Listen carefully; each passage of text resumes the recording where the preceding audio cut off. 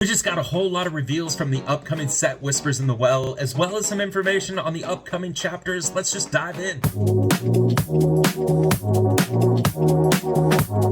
Today's Lorecast had a ton of information, so I'm going to do my best to keep it short and sweet and get you completely caught up on everything you may have missed.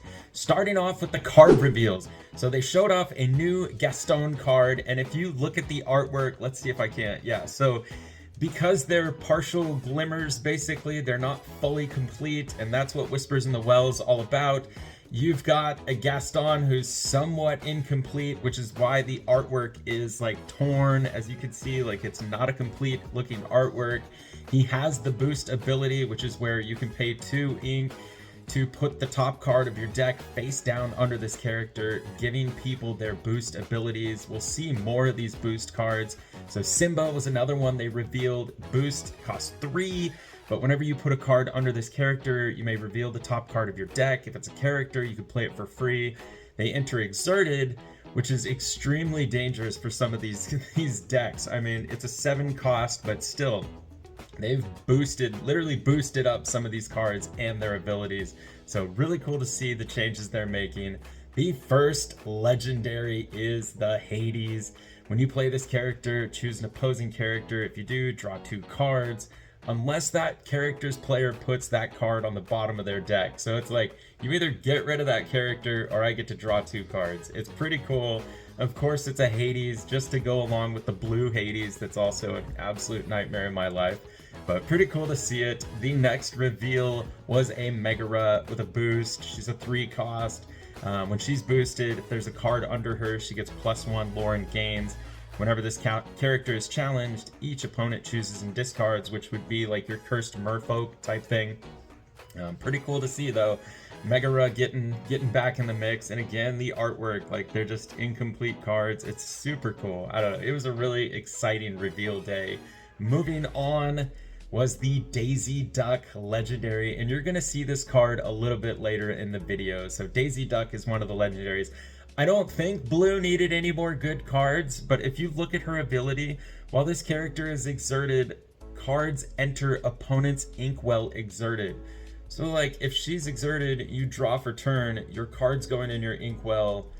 Like if you played a genie and drew your 1 draw card, that would go in the Inkwell. Like it's pretty wild. Like she's 2 lore, a 4/6. I could see it being useful, but also, I don't know, you're boosting up your opponent's lore or their ink pretty quick, which I guess if somebody's playing hyper aggro, you're helping them. I don't know. I think about all these card abilities now that I'm playing so much, and I'm curious to see how this one gets utilized. Moving on was the first iconic, the Ariel iconic. This thing, absolutely gorgeous. I'm pumped, and just the artwork and the detail, like the lore symbols hidden throughout, like I cannot wait to see this thing in person. I actually haven't seen an iconic in person, so hopefully that changes soon. And I didn't get recording fast enough, so I did miss the Hades reveal, so I don't have a cool video, but I mean, it's a Hades iconic. That's gonna stand out to a lot of people. I know the Ariel is at the top of my list, along with literally any iconic, which heading to the DLC in Milwaukee, I'm gonna do my best to trade my way to an iconic because I'm bringing so many valuable cards. So here you've got to look at another Robin Hood. Just the artwork and the detail they put into this thing, absolutely incredible. Yeah, I mean, you can see the boost ability. He's 2 lore, and just the artwork. I love how they did the incomplete thing. That's super awesome. The next one is the Robin Hood boost. It's the Epic.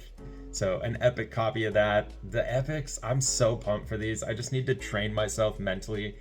Don't get excited when you realize it's just an epic. And of course, the first peek at an enchanted card was the Simba King in the Making. Like the enchanted artwork, every single set just gets better and better. I cannot wait to pull my first one from this set. I'm going in confident. It's gonna happen. It won't be as bad. Here they got into the playmat. So you can see the Jasmine from the previous chapter, I want to say. And then of course the Mickey Brave Little Prince. So I don't know, I'm pumped. I'm always pumped. I always buy one playset or one playmat from each. So I will get my hands on these as well. And as we get closer, I'll make sure to drop links where you can pre-order them or find them for discounts. And the big new IP that they announced was the Black Cauldron. So you can take a look at the first item reveal, the Black Cauldron, which put a character from your discard. I mean, if you think about the abilities for this, like an Amber Steel, you could use this to get the giant 10 cost Mickey out, or is it a 10 cost? I think it's 10 cost, but the giant Mickey out like way early in the game if you do it just right. So I don't know, it's super cool. And then they moved on to showing Hen Wen from the Black Cauldron. Super cool artwork again. Like, I'm excited to see the Black Cauldron brought in. That was like right around the time I was born is when this came out. So I'll definitely be making my son watch that with me again. Super cool though to see Hen Wen added. I'll jump ahead, but they added the Horned King, and everybody in the chat was like, all right, it's a 1-cost Horned King. Are you gonna give us a shift? And bam, the Horned King, Wicked Ruler, 2 shift, like a 2-cost shift. So turn 3, this guy could be out. Whenever one of your characters is banished in a challenge, you may return that to your hand and then choose and discard.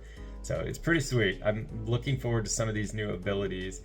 And then this guy here, Levi Dodd, the game designer, showing off the Demona, and then what her ability is was super cool. So they go into detail about the gargoyles, the day and night. So during the day, gargoyles are stone, so they have to stay exerted until you bring out, or you have 3 cards, or you've got the Demona, which can exert them. I mean, it was super cool the way, like, because some of these gargoyles are pretty overpowering, and so he's just explaining like the game dynamic to it. Really excited to put together a gargoyles deck because I watched the show as a kid. But you could see, like, if you have 3 or more cards in your hand, this character can't ready. So you have to have 3 or less cards for your gargoyles to come alive. So you've got these powerful characters, but you're limited to 3 cards. But then when you play this character, exert, then each player with fewer than 3 cards draws until they have 3. Like a gargoyles deck, I don't know that it would be like top of the meta or by any means, but it will be super awesome to see somebody show up to a league night with a full-on gargoyles deck, and that somebody's probably going to be me. So I'm very excited about that. And then going into the next video, they showed one of the gargoyles, Bronx, which was one of my favorite gargoyles, just a beast. But if you look at this card, Reckless, so he can't quest and must challenge each turn if able.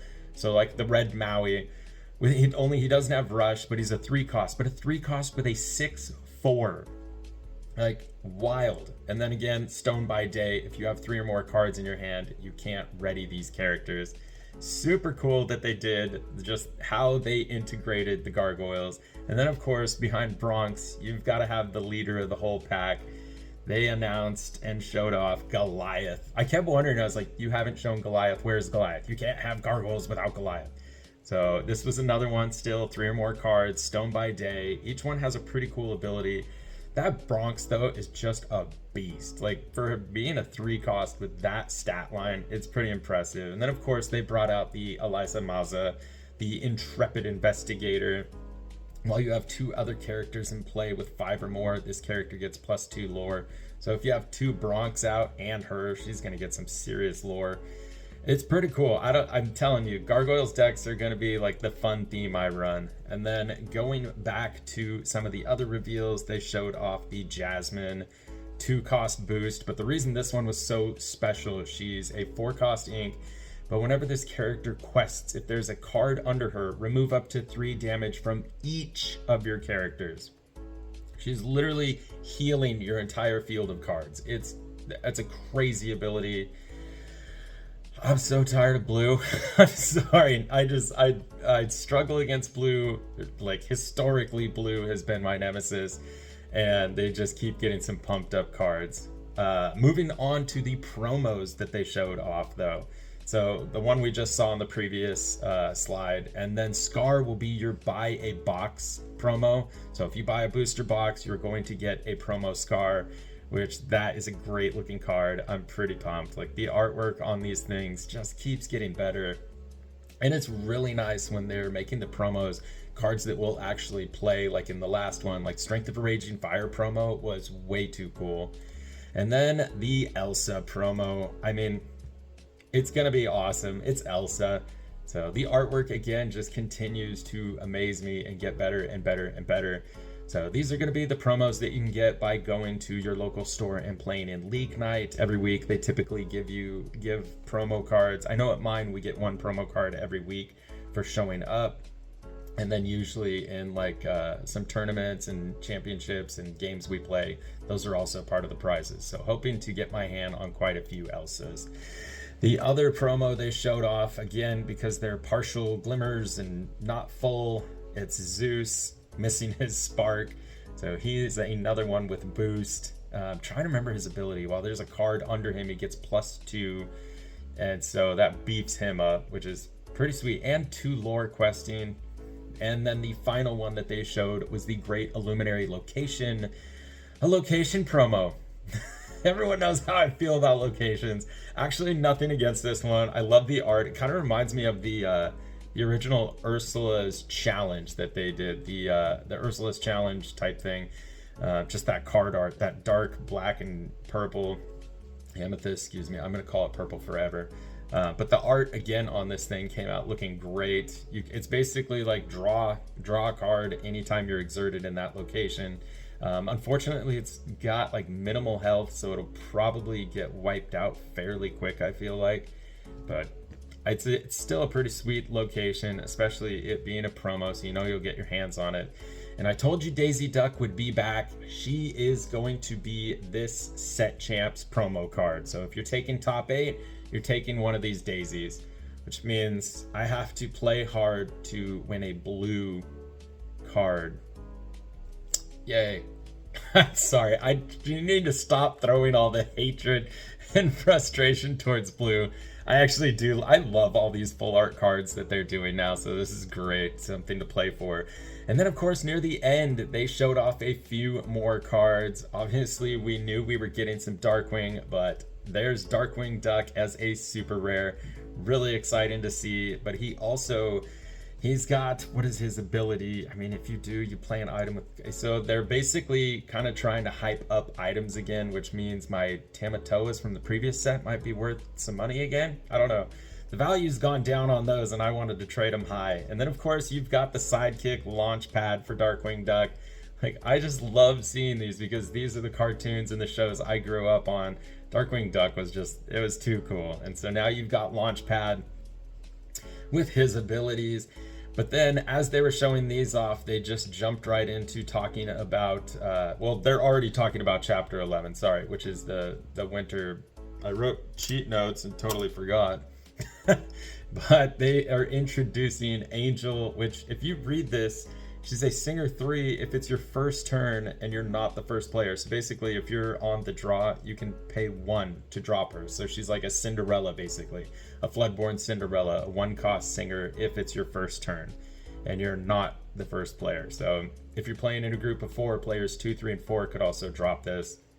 And they also showed off, we used to have the Carefree Surfer, and now we've got Stitch, the Carefree Snowboarder. So really cool to see just the more variations of Stitch, and now that April's in the mix, it's pretty sweet. I'm hoping that it's Stitch and April for the Iconics for this set. It would be pretty awesome. And he is only a rare, so it's not even the legendary like the old Carefree Surfer. After they showed those off though, they did drop the dates for Winter Spell. That's what I thought it was called, and I didn't want to get it wrong. But Winter Spell will be releasing February, Friday the 13th. Right in time for Valentine's Day too, so hopefully my schedule will align fairly well and allow me to open these packs, because my wife's birthday is like a few days prior. So usually February is always a tough one for me to pull off openings early. And then of course the wide release February 20th, which is your big box stores, your Walmarts, Best Buys, Targets, stuff like that. But they couldn't stop there. Ryan Miller jumped up to show off an action. Henwen's Visions. Look at the top 4 cards of your deck. One at the top, the rest at the bottom. But they also realized they wanted to announce one more IP that they had forgotten and couldn't seem to quite remember. So they're all discussing back and forth. What are we missing? What are we missing? And there is the next set's name. And so they're showing you, like, you're gonna have Buzz and Woody, and he teased he's wearing a Sid shirt. So Sid from Toy Story is gonna be in it, which is it's too cool. And then of course the final IP that I was discussing. It's Paname from Turning Red. Turning Red is now in, well, going to be in. And it's also hilarious seeing those phones, because that's like what I grew up with, was flip phones. And even when I turned 18, I think it was like the Nokia that's like indestructible, you could run over endlessly. But so that was the full recap. There is a ton of stuff coming up. I love that they hyped up Whispers in the Well. They showed us some new cards, the new boost abilities. They explained how the gargoyles are going to work. They showed off Winter Spell, but they've already showed off Chapter 12, which is absolutely wild to me. I really hope the focus stays on Whispers in the Well. I am excited to build up a Gargoyles deck. Let me know in the comments down below, what are you most excited about for Whispers in the Well? Are you a Gargoyles fan? What are you looking forward to? Also, I can't do an entire video without opening a pack, so let's Hopefully you enjoyed that recap, but like I said, I cannot finish a video without opening some packs, and for the first time, I get to shout out the channel's first loving Lorcana member, G-Man1990, who sponsored today's pack opening. So hopefully this thing's a hit. Thank you for showing some love to the channel and signing up for that membership. I appreciate it big time. So hopefully this pack's got some hits. Let's find out. It feels so good to open packs. Nick Wilde, Simba, Toodles, and of course it's Azurite Sea, which has all the hits that I currently need for whatever reason. Owl, Pixie Dust, Myrtle Edmonds, Raya for the rare, Mad Hatter for the super rare, and the foil, Gadget Hack Wrench, super rare foil. But since I've already got everything set up, I think I need to open a couple more that just happen to be on my desk. So thank you, G-Man1990, for sponsoring that last pack. I'm gonna jump into 2 more and see if I can't at least end with some sort of solid hit. A super rare foil is always helpful. Mad Hatter's Teapot, Rescue Rangers Away, Bellwether, Winnie the Pooh for the rare, Peter Pan super rare, and the foil, Yakai. I'm surprised that I'm learning to love Azurite Sea again after the heck it put me through. It's definitely been a lot better to me, so I won't complain this go around. For red, last pack I've got of these loose packs, Jim Hawkins, Kakamora, Jasmine for the rare, Wendy Darling, and the foil, Diablo Obedient Raven. I know, you're like, did he just get excited for a common? I'll flash up the price on this because if memory serves right, it's like surprisingly valuable. So I will flash that up, set that to the side, start sorting these, and I'm gonna edit this video as fast as I can and get it up because I want to share all these awesome announcements and reveals with you. Please hit that subscribe button if you're enjoying any of the content or want to stay up to date with all the happenings going on the channel. But until the next time, enjoy the rest of your everything. Hold on a second, I've made a terrible mistake. I forgot to point out one of the coolest announcements from the entire video. I've let you all down and I'm terribly sorry. They showed off what's inside of the troves. Starting with the dividers, the Robin Hood, awesome looking, Daisy Duck for the blue divider, just kidding. And then Beast for the red divider, and of course the green Megara, and yep, then everything just started slipping from here. Demona for the purple, I love that they're giving her so much attention, and of course Simba. But the most important thing, glow in the dark dice. What?